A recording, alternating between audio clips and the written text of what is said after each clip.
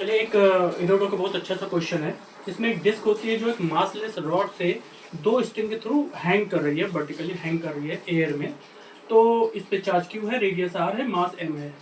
तो क्या होता है, इनिशियली जो है ये हैंग कर रही है तो टी नॉट यहाँ होगा, टी नॉट यहाँ होगा, तो 2t0 mg को बैलेंस करेगा तो टी नॉट हो जाएगा mg/2।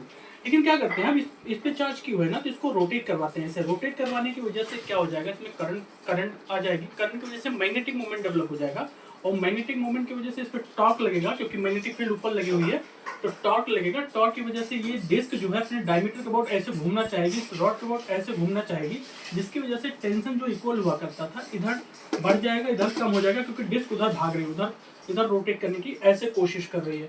तो अगर मान लो यहाँ पे टेंशन T1 हो गया तो यहाँ पे टेंशन T2 हो गया। तो अब क्या हो जाएगा, T1 plus T2 equal to mg के बराबर हो जाएगा।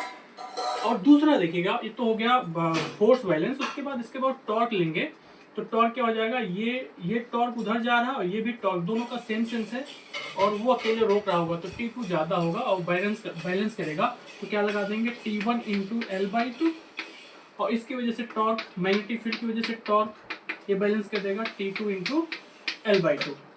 अब यहाँ से अगर टॉर्क ड्यू टू बी मिल जाए तो हमको T1 और T2 की वैल्यू मिल जाएगी।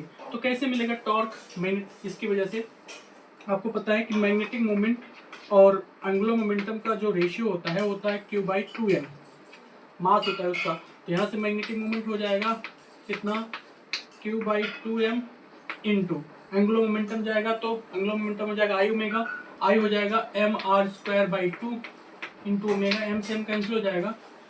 तो यहाँ से आपको मिल जाएगा Q ओमेगा r²/4। ये हो जाएगा मैग्नेटिक मोमेंट।